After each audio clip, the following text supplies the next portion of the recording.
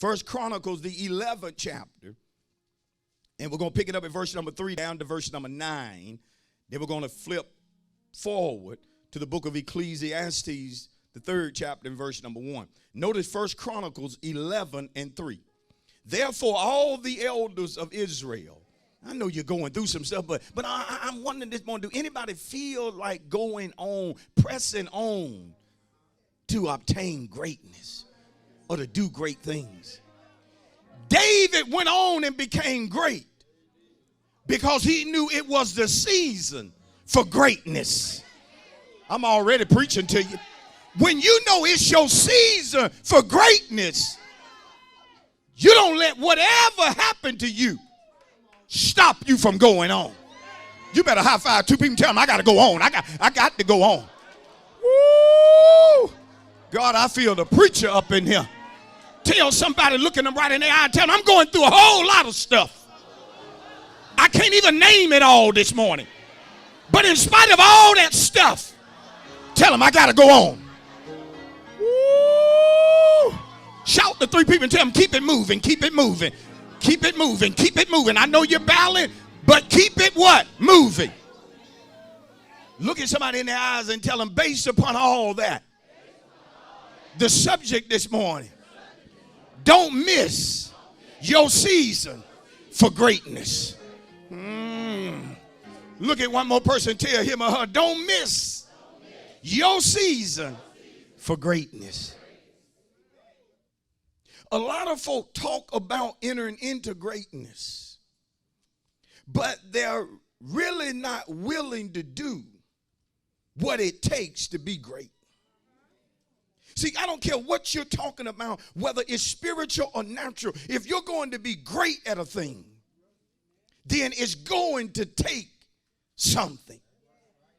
In other words, greatness is going to cause you, no matter what you're dealing with, in order to be great, you got to be willing to pay a price that normal folk find is too high to pay. Tell your neighbor that there have been other people who've had the opportunity that you got. The price was too high to pay. See, be careful that you don't allow somebody who couldn't enter into greatness hinder you from achieving your greatness. Whenever you see a person and he or she is operating in greatness, understand that they paid a heavy price. It didn't accidentally happen. They just didn't fall into greatness, but they actually worked hard. They actually sacrificed and did what they needed to do in order to enter into greatness. So the question this morning is, why do so many saints miss out on greatness? Why do you look within the church and so often you see people who are either two things, one, below average or just mediocre, but are not really achieving greatness when it comes to life? Because God don't just want you to operate in greatness at the church house only, but he wants you to operate in greatness at the church house as well as your house. See, if the only time you operate in greatness is when you come to church, you are simply a great pretender, because greatness is something that should get contagious in your life, and everything that you put your hands to do, you want it to be excellent, or you want it to operate within greatness. Why? Because I am a king's child, and if my God is great, if my daddy is great, then why can't I operate with the same trait as my father? In my opinion, the number one reason that the average person misses out on greatness is because of trouble.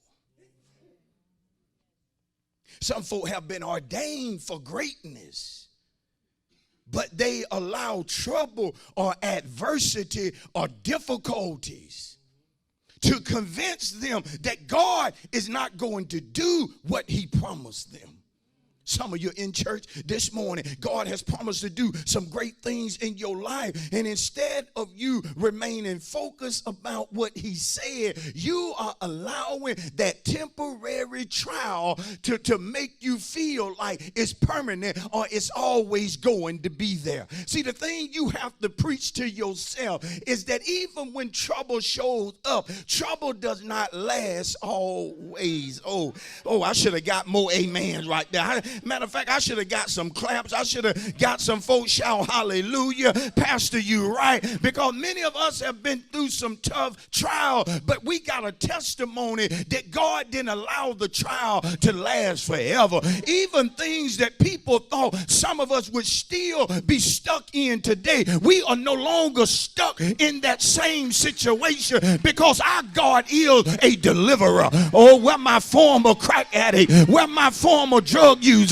where my former whoremonger, where are the former alcoholic, where are the former midnight rambler, where are the former liars and cheaters and so forth. Folk thought you was going to always be stuck in that place, but look at you now. Look how good you look. Look how good you doing up in the house of God. You are not where your haters thought you would be. You are not where your enemies doomed you to fall at, but you not only fail, but you got right back.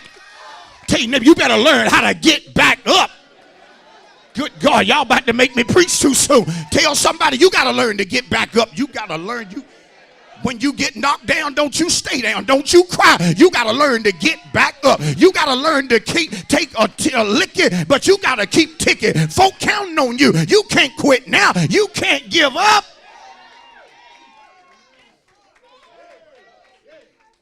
People allow trouble to convince them, watch this, that God lied to them.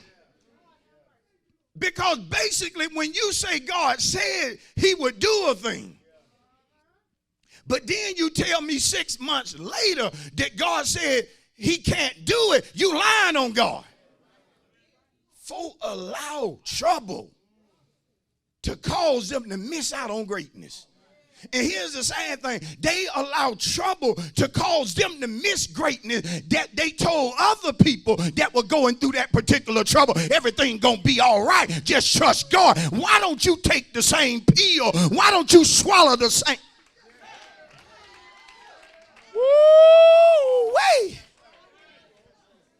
Some of you need to be bold when you run in the phone and tell them, say, look, you need to get up and do what you told me to do when I came to you and I was going through something. You wouldn't let me cry on your shoulder. You told me to suck it up. You told me to give him the praise. You told me to stay in church. You told me to keep believing God. Don't allow trouble that's only temporary to cause you to miss out on greatness.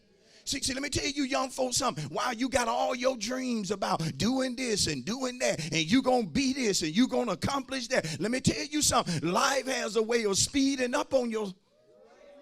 You be in high school now, but the next thing you know, you pushing 30 and you ain't did nothing that's on that bucket list. You ain't did nothing that you said you were going to accomplish. You got all these excuses, but the bottom line is you ran into some trouble. It wasn't as easy as you thought it would be, and when the road got tough, you got going. That bottom line, that's what happened to people. And guess what? I've been guilty of talking about greatness, but not prepared for the trouble that was about to await me.